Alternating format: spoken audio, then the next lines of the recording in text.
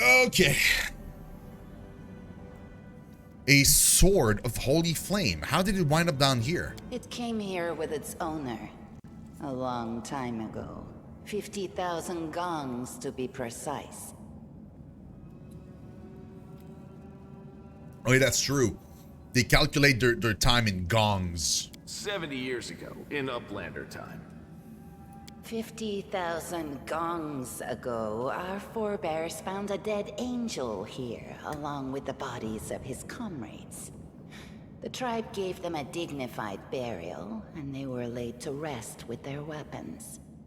But the flaming angelic sword was stuck in a rock, and no one was able to pull it out.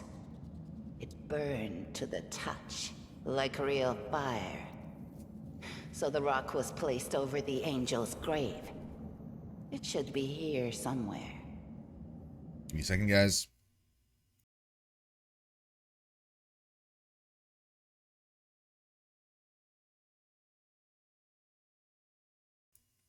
Okay.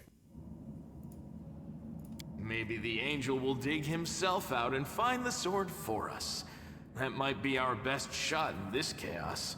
Lan, watch your tongue. We'll find the sword faster if we work together. I'll help you. Thanks. An extra pair of eyes can only help. The sword will be easy enough to spot. It looks, swordy. Help us, and in return, we'll get you out of here. The sword looks swordy, guys. Good to know. Now we're talking. Let's get to work. It's a good thing we all bumped into each other, isn't it? It is. What, you want to find the sword quickly so the underground monsters bring you back to the surface? So be it. Okay, let's find the sword. Onwards. Low religion. I should be able to get this. It won't work. Statue of an unknown knight. The technique is crude, but the figure was crafted with genuine feeling. Oh, I can't. I failed.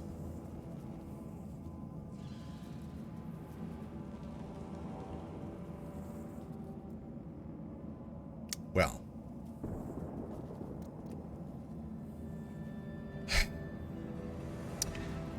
Okay. What's that? I had one thing to do and I failed I it. found, something. What's this? A low religion again? No, it's not. The room looks like an improvised museum or perhaps some kind of temple. That's what they were saying earlier. They said that Now it was what is like a that? museum. What's that there?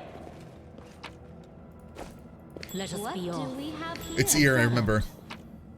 I remember it's supposed to be here, so before we check that out. Okay, we got all the things. Let's go. I'm fired. I know, right? That's the one thing I'm supposed to be good at. Look at that sword, though. Yes!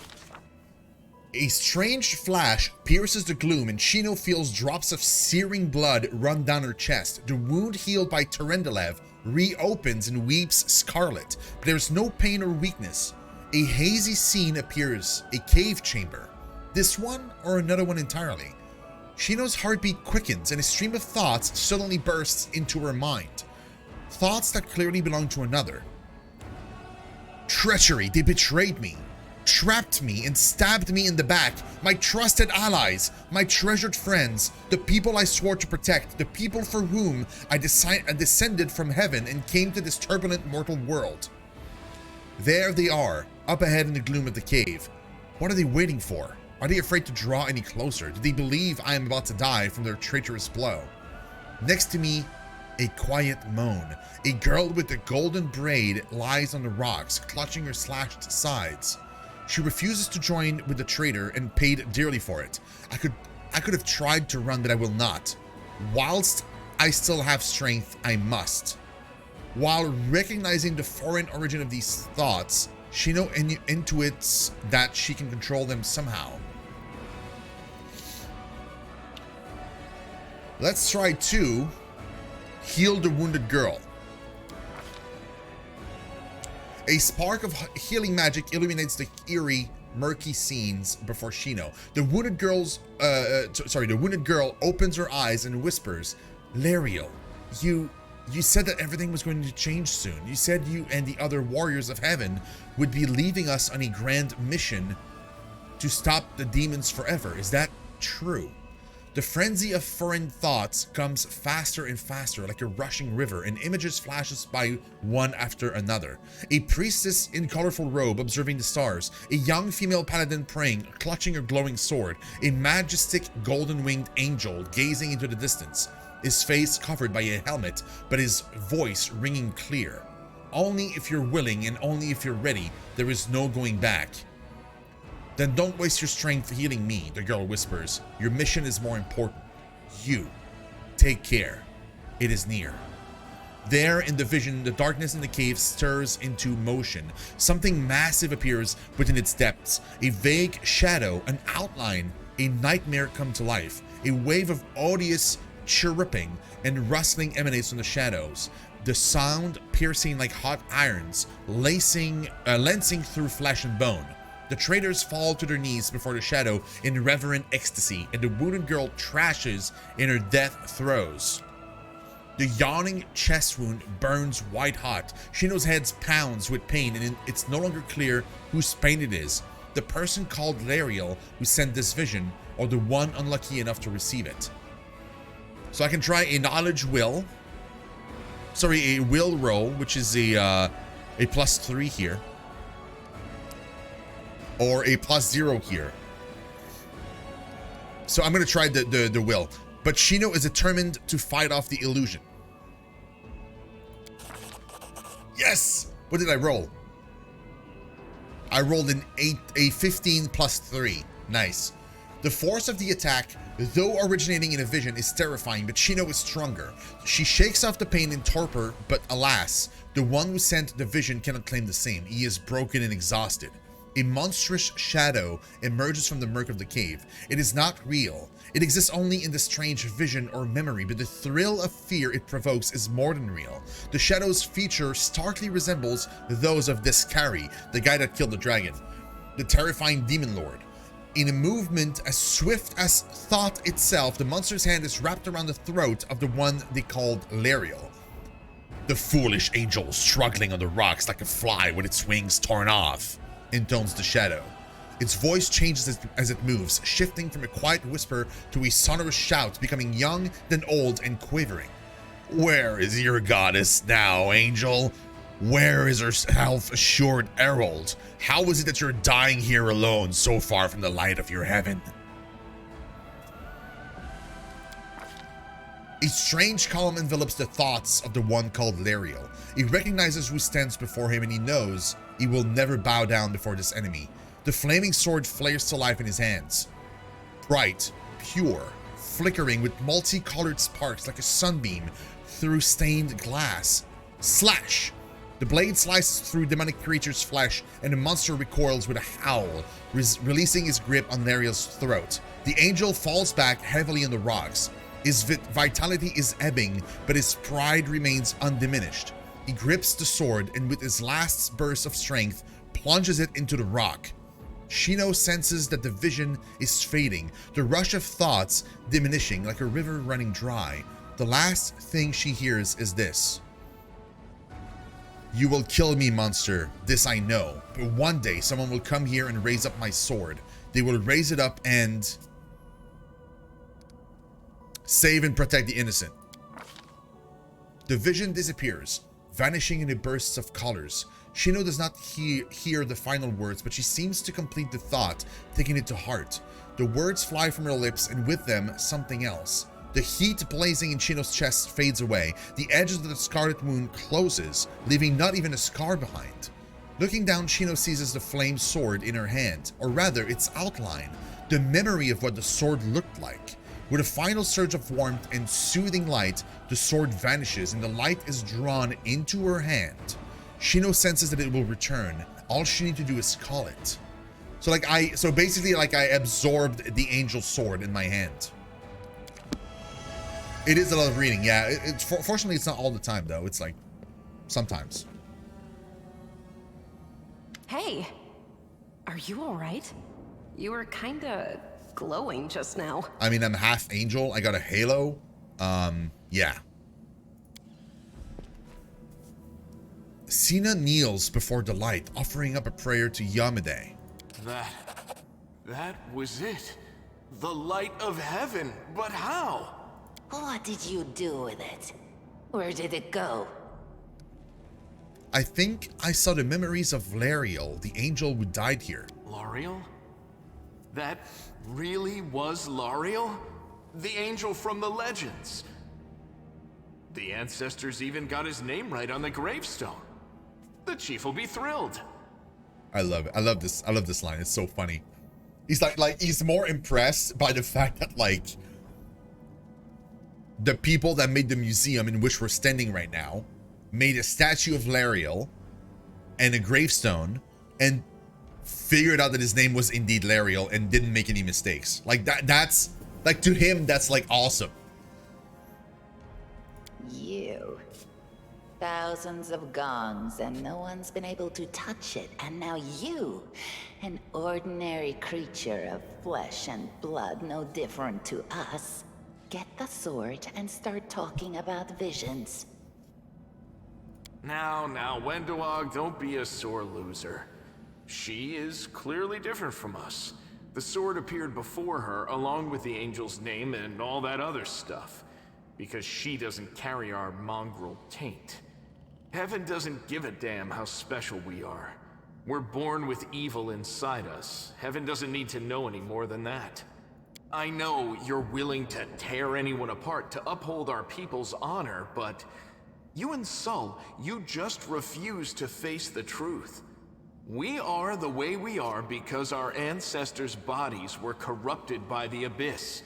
It does the same thing to plants and animals. There's nothing heroic or special about it. It doesn't make us better, and it doesn't make us worthier. You say too, the traitors, the dying girl? It's only us here. Your group, you, me, Wendu, and the light of heaven that sort of got, sucked into you. Any chance you can whip it out again? We do kinda need it. Sorry, I crack jokes when I get nervous, and when I'm upset, and when I'm happy. Anyway, what I said, it came out wrong. We need to bring you to Chief Sull. You can show everyone the light of heaven, we'll rally the tribe and go into the maze, and we'll get back our kin. And what if she can't make it happen a second time? What then? The tribe will just say we're crazy and turn its back on us. It seems I can control it. That is just... wow, I mean, that's amazing. Heaven has truly blessed you. This power is the most majestic thing I've ever seen in all my life. Is this what the sun is like, Lan? Wendwag stares at the divine light as if transfixed. Yes, it's similar. But this light is more... golden? Chief Sull needs to see this. Now that we have the power of angels on our side, he can't say no. He'll have to assemble a troop to storm the maze. You Uplanders care about your kids, right? Help us save ours. Without them, we won't survive. And then, the perils of the maze won't be so bad if we go together. We'll make our way through it and find the way to Canabras. Lead us to your chief and I'll decide if I'm going to help or not. Let's go. We'll take the short route. Well, the only route, really.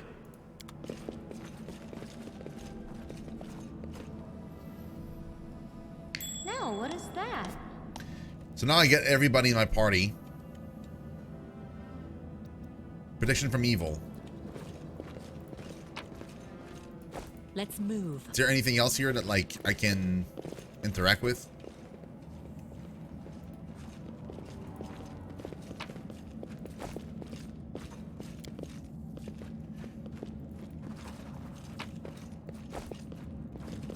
Follow me. Thank God I went back.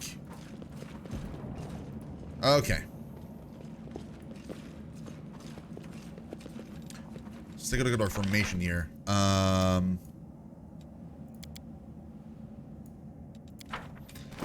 If I remember correctly, you have a bow. And you have a bow. Longbow. Yeah, I'm gonna remove your potions and all that stuff because I know what happens to you, and I don't want you to leave with all that stuff. The mongrel did it. Yeah, rolling dice. Okay.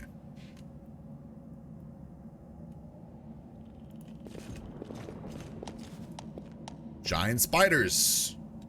Meditate on your mistakes. Might make you feel better.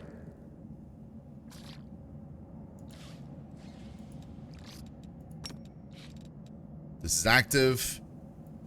I don't need you to fight defensively at all. Let's take a look at the work you have here.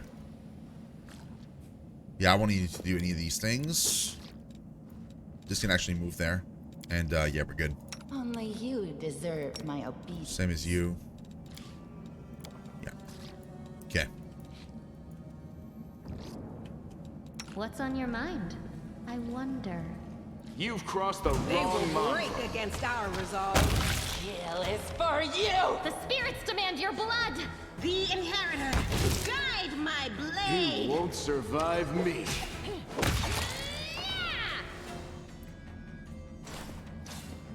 Yes.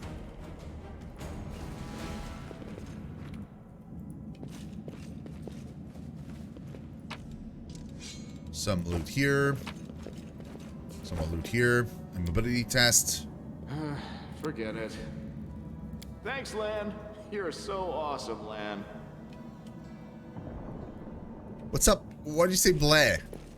Get another obstacle. Without No risk, match for me. the light, take you! Ooh, she took a big hit there. You are today's sacrifice!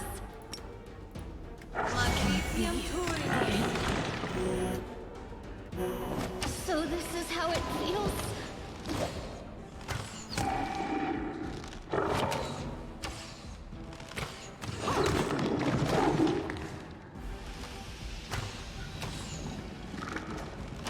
Just sit here. Don't worry about me. Woo. That was intense. We all, like, I found all our melee characters fell down, but, thankfully, we good, fam. We good. I'm gonna put that there. Who can use this? Can I not use this? I can use this. I can totally use these. Thing is, like, I'm not sure if I should, because, like, the thing with these scrolls is that, they require a touch, right? So, like, I cast a spell, and then I have to touch the enemy. The problem is, like, enemies are hard to hit in the first place in this difficulty level, so it's possible that I'm able to touch them. So I would just be wasting the scrolls anyway. Which is, you know, not super great in the first place. So everybody's at 1 HP right now. I don't know if I should, like, heal a little bit. I do know we will rest soon. no reason to pause. So knowing we will I rest hear the soon, voice of the spirits. I could very well choose to heal a few people, myself included. Ugh, I stand ready. that was bad. Okay, I can live with that. We still have a few healing spells, and we have a bunch of potions as well. And again, we're gonna rest soon, so, like, I'm not too worried about that. Endure this. Quickens. Am I at my limit?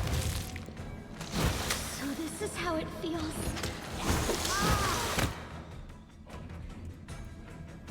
We can do it! Man, these spitting monsters are a pain. Can it be the end?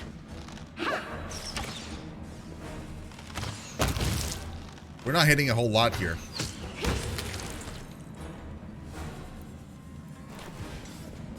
Yeah, I just used a bunch of spells to heal, and that didn't even matter.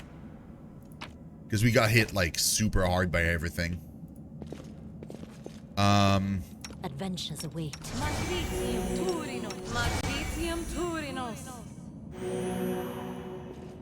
Thank God I still have, like, a few... I have potions as well I can use. I mean, worst case, we can just like kind of muscle through. You'll make a fine Go for their trophy. hearts! I'll cut you wide open!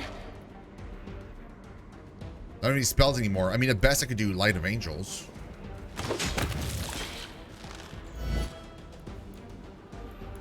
Because that's nice. Make every strike count. Wait, attack you. The spirits demand your blood! Forwards. They'll beg me to stop.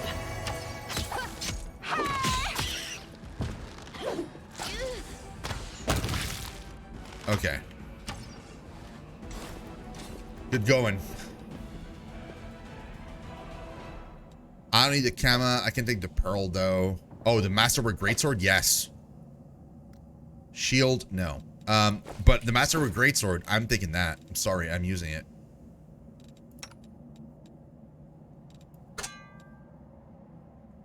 So right now I got a +4 to hit, and I have a 10-17 damage and a 1d8 +9.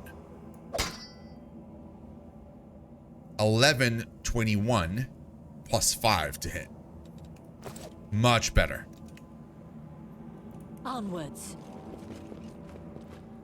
Okay.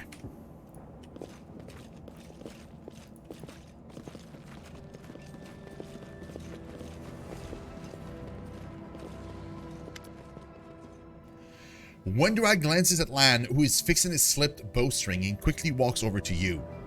Her cat-like eyes glow from beneath her hood. Listen here. You, I don't know who you are or where you come from, but you and I are the only two people here who see things clearly. That's why I'm asking you, don't show the light of heaven to Sull. Lan is sure that the light should be shown to the mongrels. Lan. Windwag's grimaces and a guttural husky snarl unfurls in her throat. He wants to play the hero. His first idea, if you remember, was to grab the sword and run headlong into the maze. Does that sound like a plan to you? To me, it sounds like suicide. The worst part is that the tribe might actually take his words to heart and follow where it leads. I thought you considered the mongrels to be great warriors. The descendants of great warriors. I believe that my people are worthy of greatness, that we are strong and can do many things. That's why we were chased down here. We scared people. But it's one thing to go hunting in the cave and another to fight in the shield maze. Windwag leans closer, her pupils dilating. I've been there. I've spent my whole life training so I can make it through all the way to the end. There were more of us trackers at the start. We were young and stupid.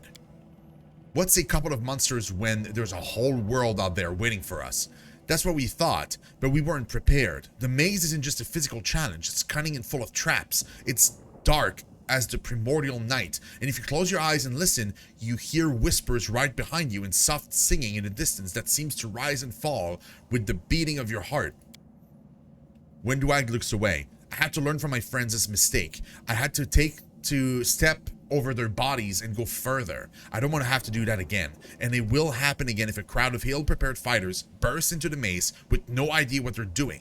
All because Lan believes that a glowing sword will solve all of our problems. Don't you want to save the kids that are in the maze though?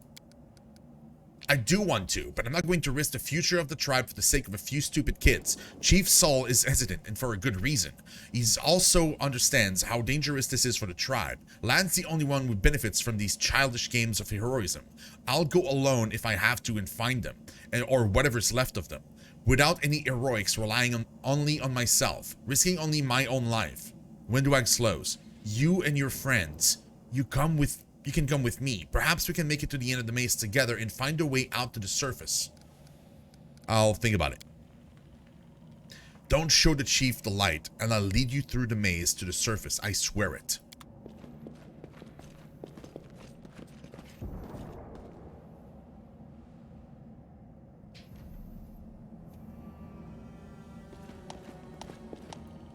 Leaving a location. Okay.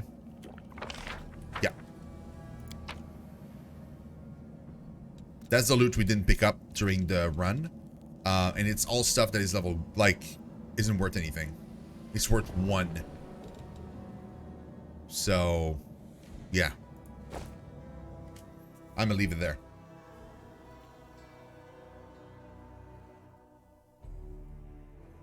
And I think that's worth more than that, though. We'll definitely sell for sure.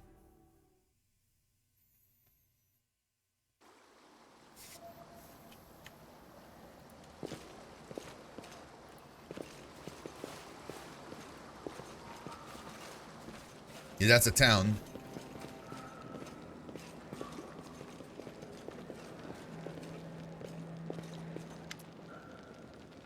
Your first impression of the mongrel village is of a squalid dump with the otters to match. Unblinking, glowing eyes watch you from the gloom, and deformed shadows slope between the huts. You see some mongrels gutting white eyeless fish, while others are repairing fishing nets. All the signs of normal village life, but tense expectation hangs in the air.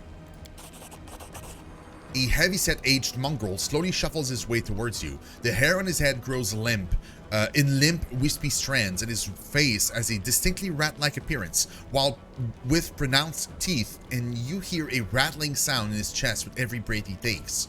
One of his eyes is white, fully scarred by cataracts, while the other gleams with moisture. Uplanders! End times are upon us indeed. Chief Sull, we found this angel sword, and we found the one we can wield it. Lan points at you. She had a vision, and now the angel swords, together with the light of heaven, are somehow inside her. Gather the tribe. Anyone we can hold a weapon. The young ones are still alive. We can go and save them. Sull raises his hand with ragged, broken fingernails. Oh, Lan. Always dreaming. Always talking. You're too hasty. Too hasty for your own good. It's going to get you in trouble. Sull eyes you up and down. An uplander with the light of heaven. That's too good for us. Our kind don't have good things happen. There's always a catch. Lan trusts people because he likes to believe. Isn't that right, Lan? I'm the chief and I don't work on fate. Show the light. Okay, there we go. Wenduak stares at you intently like a cat watching a bird and shakes her head in warning. Is there someone else on the surface here? Sull points off to the side. There he is, hale and hearty and prim as a peacock, just like me. Sull laughs but quickly returns to business. It's not good. Too many uplanders. It's not good, it's not right. What are you up to here? You're not one of us. We're not your kind. When the time comes, we'll come to you, not you to us. Well, I'm going to show you this. Lawful. Lan speaks the truth.